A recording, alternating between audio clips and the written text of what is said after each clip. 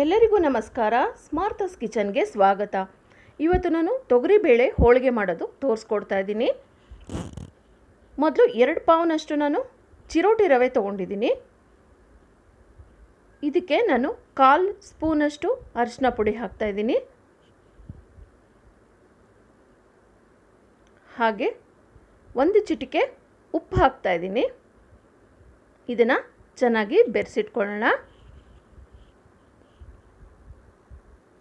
ಈಗ ಸ್ವಲ್ಪನೇ ನೀರು ಸೇರಿಸ್ಕೊಂಡು ಕಲಸಿಟ್ಕೋಬೇಕು.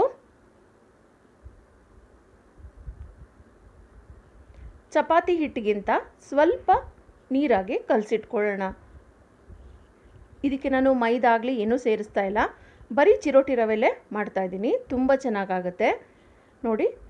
ಇನ್ನೊಂದು ಸ್ವಲ್ಪ ನೀರು ಚುಮ್ಕಿಸಿ ಇದನ್ನು ಇಷ್ಟು ಅದಕ್ಕೆ ಕಲಿಸ್ಕೊಂಡ್ರೆ ಸಾಕು. 1-2 ನಿಮಿಷ ಚೆನ್ನಾಗಿ ನಾದ್ಕೋಬೇಕು. ಇದನ್ನು ಎಷ್ಟು ನಾದದಷ್ಟು ಕೂಡ ಹೋಳಿಗೆ ತುಂಬ ಸಾಫ್ಟಾಗಿ ಬರುತ್ತೆ.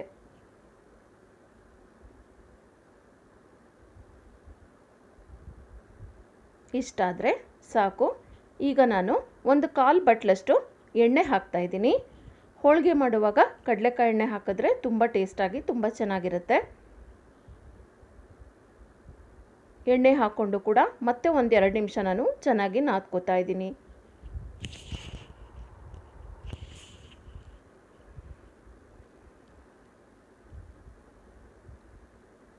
ಸಾಮಾನ್ಯವಾಗಿ ಎಲ್ಲರೂ ಮೈದಾ ಹಿಟ್ಟಲ್ಲೇ ಮಾಡ್ತಾರೆ ಹೋಳಿಗೆನ. ಚಿರೋಟಿ ರವೆಲಿ ತುಂಬ ಚೆನ್ನಾಗಾಗುತ್ತೆ.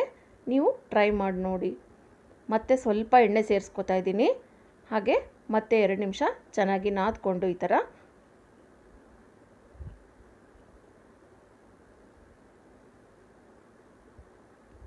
ಇಷ್ಟಾದರೆ ಸಾಕು. ಈಗ ಇದನ್ನು 1 ಅವರ್ ಆದರೂ ನೆನೆಯೋಕ್ಕೆ ಬಿಡಬೇಕು. ಚೆನ್ನಾಗಿ ನೆಂದಷ್ಟು ಹೋಳಿಗೆ ತುಂಬ ಚೆನ್ನಾಗಿ ಬರುತ್ತೆ. ಮತ್ತು 1 ಸ್ಪೂನಷ್ಟು ಎಣ್ಣೆ ಹಾಕಿ ಇದನ್ನು ಮುಚ್ಚಿಡ್ತಾ ಇದ್ದೀನಿ. ಇದು 1 ಅವರ್ ನೆನಿಬೇಕು. ಅಲ್ಲಿ ತನಕ ಹೂರಣ ರೆಡಿ ಮಾಡ್ಕೊಳ್ಳೋಣ. ನಾನು ಒಂದು ಪಾತ್ರೆಯಲ್ಲಿ 6 ಗ್ಲಾಸಷ್ಟು ನೀರಿಟ್ಟಿದ್ದೀನಿ. ಮತ್ತು ನಾನು 2 ಪಾವಿನಷ್ಟು ತೊಗರಿಬೇಳೆ ತೊಗೊಂಡಿದ್ದೀನಿ. ಇದನ್ನು ಚೆನ್ನಾಗಿ ತೊಳೆದಿಟ್ಕೊಂಡಿದ್ದೀನಿ. ಇವಾಗ ತೊಗರಿಬೇಳೆನ ಕುದೀತಾ ಇರೋ ನೀರಿಗೆ ಹಾಕ್ತಾ ಇದ್ದೀನಿ. ಇದನ್ನು ಕುಕ್ಕರಲ್ಲಿ ಕೂಡ ಬೇಯಿಸ್ಕೋಬೋದು, ಆದರೆ 1 ವಿಷಲ್ ಹಾಕಿಸ್ಕೊಂಡು ಬೇಯಿಸ್ಕೋಬೋದು. ಬಟ್ ಒಂದೊಂದು ಸತಿ ತುಂಬ ಕರಗಿಬಿಡುತ್ತೆ, ತುಂಬ ಜಾಸ್ತಿ. ಆವಾಗ ಹೂರಣಕ್ಕೆ ನಿಮಗೆ ತೊಗರಿಬೇಳೆ ಸಿಗಲ್ಲ. ಸೊ ನಾನು ಡೈರೆಕ್ಟಾಗಿ ತೊಗರಿಬೇಳೆನ ಬೇಯಿಸ್ಕೋತಾ ಇದ್ದೀನಿ. ಈಗ 1/4 ಸ್ಪೂನಷ್ಟು ಅರಿಶಿನ ಮತ್ತು 1 ಸ್ಪೂನ್ ಎಣ್ಣೆ ಹಾಕ್ಬಿಟ್ಟು ಇದನ್ನು ಮೆತ್ತಗಾಗೋ ತನಕ ತೊಗರಿಬೇಳೆನ ಬೇಯಿಸ್ಕೊಳ್ಳೋಣ.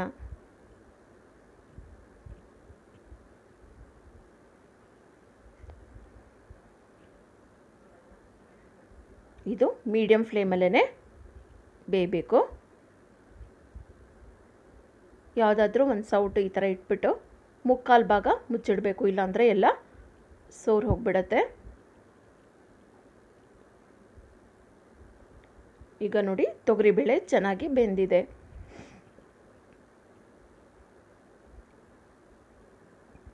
ನೋಡಿ ಬೇಳೆ ಈ ಥರ ಚೆನ್ನಾಗಿ ಬೆಂದಿದೆ. ಈಗ ಇದನ್ನು ಈ ಥರ ರಂಧ್ರಗಳಿರುವ ಬುಟ್ಟಿಯಲ್ಲಿ ಬಸ್ಕೋಬೇಕು. ಈಗ ಒಂದು ಪಾತ್ರೆ ಇಟ್ಕೊಂಡು ಅದ್ರ ಮೇಲೆ ಈ ಬುಟ್ಟಿ ಇಡ್ತಾ ಇದ್ದೀನಿ. ಈಗ ಬೇಳೆನೆಲ್ಲ ಬಸ್ಕೊಳ್ಳೋಣ. ಈ ಬೇಳೆ ಕಟ್ಟಲ್ಲಿ ಒಬ್ಬಟ್ಟಿನ ಸಾರು ತುಂಬಾ ರುಚಿಯಾಗಿರುತ್ತೆ.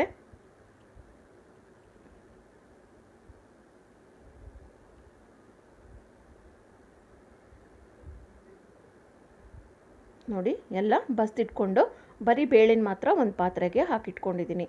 2 ಪಾವ್ನಷ್ಟು ನಾನು ಬೇಳೆಗೆ 2 ಪಾವ್ನಷ್ಟು ಬೆಲ್ಲನ ಈ ಥರ ಕುಟ್ಟಿಟ್ಕೊಂಡಿದ್ದೀನಿ. ಇದು ಬೆಲ್ಲನ ಸೇರಿಸ್ತಾ ಇದ್ದೀನಿ. ಸ್ವಲ್ಪ ಸಿಹಿ ಜಾಸ್ತಿ ತಿನ್ನೋರು ಜಾಸ್ತಿ ಹಾಕ್ಕೋಬೋದು, ಕಡಿಮೆ ಬೇಕಾದವರು ಸ್ವಲ್ಪ ಕಡಿಮೆ ಹಾಕ್ಕೋಬೋದು. ನಾನು ಒಂದು ದೊಡ್ಡ ತೆಂಗಿನಕಾಯಿನ ತುರಿದು ಇಟ್ಕೊಂಡಿದ್ದೀನಿ. 1 ತೆಂಗಿನಕಾಯಿ ತುರಿನ ಸೇರಿಸ್ತಾ ಇದ್ದೀನಿ. ನಾನು ಚೆನ್ನಾಗಿ ಕಲಸಿಟ್ಕೋತಾ ಇದ್ದೀನಿ. ಇದನ್ನು ಸ್ವಲ್ಪನೇ ಮಿಕ್ಸಿಗೆ ಹಾಕ್ಕೋಬೇಕು. ಇದನ್ನು ಫಸ್ಟು ಬೆಲ್ಲದ ಪಾಕ ಮಾಡಿ ತೊಗರಿಬೇಳೆ ಮತ್ತು ತೆಂಗಿನಕಾಯಿನ ಹಾಕಿ ಚೆನ್ನಾಗಿ ಹುರಿದು ಆಮೇಲೆ ಕೂಡ ಮಿಕ್ಸಿ ಮಾಡ್ಕೋಬೋದು. ಬಟ್ ಅದು ಸರಿಯಾಗಿ ನುಣ್ಣಕ್ಕಾಗಲ್ಲ. ಅದಕ್ಕೆ ನಾನು ಇದನ್ನು ಮೊದಲು ಮಿಕ್ಸಿ ಮಾಡ್ಕೋತಾ ಇದ್ದೀನಿ. ಮೂರನ್ನೂ ಎಲ್ಲನೂ ಈ ಥರ ರುಬ್ಬಿಟ್ಕೊಂಡಿದ್ದೀನಿ. ಈ ಥರ ದಪ್ಪ ಬಾಣಲಿಗೆ ರುಬ್ಬಿರುವ ಮಿಶ್ರಣವನ್ನು ಹಾಕಿದ್ದೀನಿ. ಈಗ ಮೀಡಿಯಮ್ ಫ್ಲೇಮಲ್ಲೇ ಇದನ್ನು ಸುಮಾರು 7 ರಿಂದ 8 ನಿಮಿಷದ ಕಾಲ ಇದನ್ನು ಹುರ್ಕೋಬೇಕು. ಬೆಲ್ಲ ಮಿಕ್ಸಿಲಿ ನುಣ್ಣಗಾಗದಿದ್ರೂ ಪರವಾಗಿಲ್ಲ, ಬೇಳೆ ಮತ್ತು ತೆಂಗಿನಕಾಯಿ ನುಣ್ಣಗಾದರೆ ಸಾಕು. ಬಿಸಿ ಮಾಡುವಾಗ ಬೆಲ್ಲ ಎಲ್ಲ ಕರಗೊಡುತ್ತೆ. ನೋಡಿ, ಈಗ ಬೆಲ್ಲ ಎಲ್ಲ ಕರಗಿದ್ಮೇಲೆ ಸ್ವಲ್ಪ ನೀರಾಗಿದೆ ಹೂರಣ.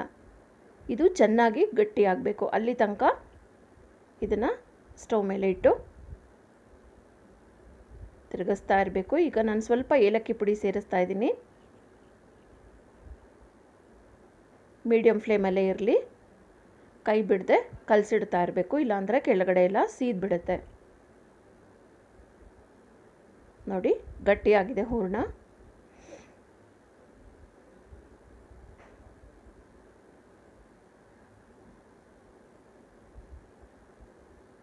ಈ ಥರ ತೊಗರಿಬೇಳೆಲೆ ಮಾಡೋದ್ರಿಂದ ಹೋಳಿಗೆ ತುಂಬಾ ಟೇಸ್ಟಾಗಿರುತ್ತೆ.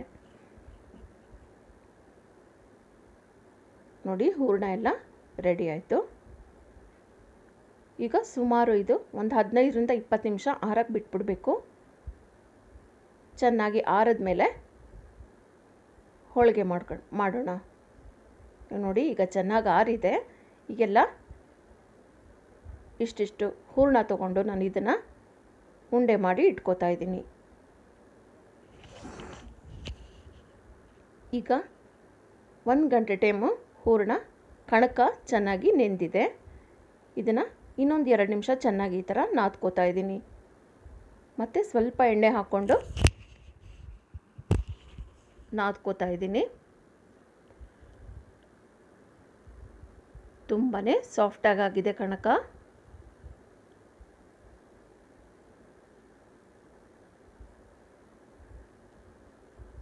ಈಗ ಎಷ್ಟೆಷ್ಟು ಬೇಕೋ ಅಷ್ಟು ಕಣಕ ತಗೊಂಡು, ಈಗ ನಾನು ಹೂರಣ ಎಷ್ಟು ಉಂಡೆ ತೊಗೊಂಡಿದ್ದೀನೋ ಅಷ್ಟೇ ಗಾತ್ರದ ಕಣಕ ತಗೋಬೇಕು. ಸಿಹಿ ಕಡಿಮೆ ತಿನ್ನೋರು ಸ್ವಲ್ಪ ಜಾಸ್ತಿ ಕಣಕ ತಗೊಂಡು ಕಡಿಮೆ ಹೂರಣ ಹಾಕೋತಾರೆ. ನೋಡಿ, ಈಗ ಒಂದು ತಟ್ಟೆಗೆ ಸ್ವಲ್ಪ ಎಣ್ಣೆ ಸವರ್ಕೊಂಡು ಇದರಲ್ಲೆಲ್ಲ ಕಣಕದೊಳಗೆ ಹೂರಣನ ತುಂಬಿಟ್ಕೊಳ್ಳೋಣ. ನೋಡಿ, ಈ ಥರ ಕಣಕನ ಸ್ವಲ್ಪ ಕೈಯಲ್ಲೇ ಸ್ಪ್ರೆಡ್ ಮಾಡ್ಕೋಬೇಕು. ಈಗ ನಾನು ಹೂರಣ ತಗೊಂಡು ಇದರೊಳಗೆ ತುಂಬ್ತಾ ಇದ್ದೀನಿ. ನಿಧಾನಕ್ಕೆ ತುಂಬ್ಕೋಬೇಕು. ಫಸ್ಟ್ ಟೈಮ್ ಹೋಳಿಗೆ ಮಾಡೋರು ಸ್ವಲ್ಪನೇ ಕಣಕ ತೊಗೊಂಡು ಸ್ವಲ್ಪನೇ ಹೂರಣ ತುಂಬಿ ಟ್ರೈ ಮಾಡಿ, ಆಮೇಲೆ ದೊಡ್ಡದಾಗಿ ಮಾಡ್ಕೋಬೋದು. ನೋಡಿ, ಈ ಥರ ಉಂಡೆ ಮಾಡಿ ಎಲ್ಲನೂ ಇಟ್ಕೊಂಡಿದ್ದೀನಿ. ಇವಾಗ ನಾನು ಹೋಳಿಗೆ ಪೇಪರ್ ತೊಗೊಂಡಿದ್ದೀನಿ. ಹೋಳಿಗೆ ಮಾಡೋಕ್ಕೆ ಬಾಳೆ ಎಲೆ ಸಿಕ್ಕೋರು ಬಾಳೆ ಎಲೆಯಲ್ಲಿ ಕೂಡ ಮಾಡಿದ್ರೆ ತುಂಬಾ ಚೆನ್ನಾಗಿರುತ್ತೆ. ನಾನು ಹೋಳಿಗೆ ಪೇಪರಲ್ಲಿ ಸ್ವಲ್ಪ ಎಣ್ಣೆ ಸವರ್ಕೊಂಡು ಕಣಕನ ತೊಗೊಂಡು ನಿಧಾನಕ್ಕೆ ಈ ಥರ ತಟ್ಕೋತಾ ಇದ್ದೀನಿ. ಇದೇ ಥರ ಕೈಯಲ್ಲಿ ಫುಲ್ ಕೂಡ ತಟ್ಕೋಬೋದು. ಈಗ ನಾನು ಒಂದು ಪ್ಲಾಸ್ಟಿಕ್ ಪೇಪರ್ ತೊಗೊಂಡಿದ್ದೀನಿ ಮೇಲ್ಗಡೆ, ಇದಕ್ಕೆ ಸ್ವಲ್ಪ ಎಣ್ಣೆ ಸವರ್ಕೋತಾ ಇದ್ದೀನಿ. ಇದನ್ನು ಹಾಕಿ ನಿಧಾನಕ್ಕೆ ಕೈಯಲ್ಲೇ ಸ್ಪ್ರೆಡ್ ಮಾಡಬೇಕು. ತುಂಬ ಈಸಿ ಈ ಥರ ಮಾಡೋದು. ನಿಧಾನಕ್ಕೆ ಈ ಥರ ಎಲ್ಲ ಸ್ಪ್ರೆಡ್ ಮಾಡ್ಕೋಬೇಕು. ನೋಡಿ,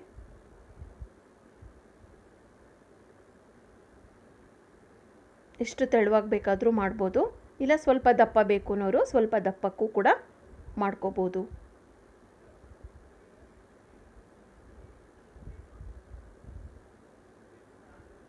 ನಿಧಾನಕ್ಕೆ ಪೇಪರ್ನ ತೆಗಿತಾ ಇದ್ದೀನಿ. ಈಗ ಇದನ್ನು ಕಾದ ಹೆಂಚಿನ ಮೇಲೆ ಹಾಕಿ ಹೋಳಿಗೆ ಮಾಡೋಣ. ಈಗ ಸ್ವಲ್ಪ 1-2 ಹನಿಯಷ್ಟು ಎಣ್ಣೆ ಹಾಕ್ಕೊಂಡು ಇದರ ಮೇಲೆ ಸ್ಪ್ರೆಡ್ ಮಾಡ್ಕೋತಾ ಇದ್ದೀನಿ.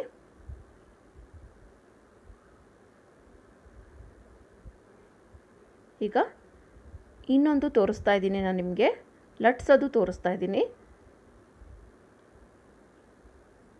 ಸ್ವಲ್ಪ ಈ ಥರ ಸ್ಪ್ರೆಡ್ ಮಾಡಿಕೊಂಡು ಮೇಲೆ ಒಂದು ಪ್ಲಾಸ್ಟಿಕ್ ಶೀಟ್ ಹಾಕ್ಕೊಂಡು ಲಟ್ಟಣಿಗೆಯಿಂದ ನಿಧಾನಕ್ಕೆ ಹಗೂರವಾಗಿ ಲಟ್ಟಿಸ್ಕೋಬೇಕು.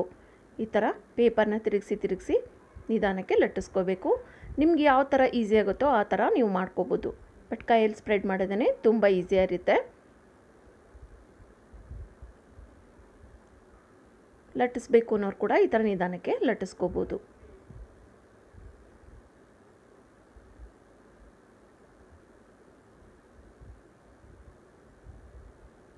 ಎಷ್ಟು ತೆಳುವಾಗಿ ಬೇಕಾದರೂ ಇದನ್ನು ಲಟ್ಟಿಸ್ಬೋದು ನಿಧಾನಕ್ಕೆ. ಈಗ ಪ್ಲಾಸ್ಟಿಕ್ ಪೇಪರ್ನ ತುಂಬ ನಿಧಾನಕ್ಕೆ ತೆಗಿಬೇಕು. ಈಗ ಕಾದ ಹೆಂಚಿನ ಮೇಲೆ ನಾನು ಹೋಳಿಗೆನ ಹಾಕ್ತಾಯಿದ್ದೀನಿ.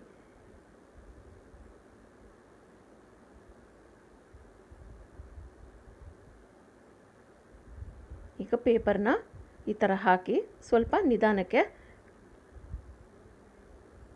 ಬಿಡಿಸ್ಕೋಬೇಕು ಪೇಪರ್ನ. ನೋಡಿ ಈ ಥರ ನಿಧಾನಕ್ಕೆ ಪೇಪರ್ ತೆಗಿಬೇಕು. ಈಗ ಮೀಡಿಯಮ್ ಫ್ಲೇಮಲ್ಲೇ ಒಂದು 2 ನಿಮಿಷ ಇದನ್ನು ಬೇಯಕ್ಕೆ ಬಿಡಬೇಕು. ನಿಧಾನಕ್ಕೆ ಈ ಥರ ತಿರುವು ಹಾಕಿ ಮತ್ತೆ ಒಂದು 2 ನಿಮಿಷ ಬೇಯಬೇಕು ಇದು.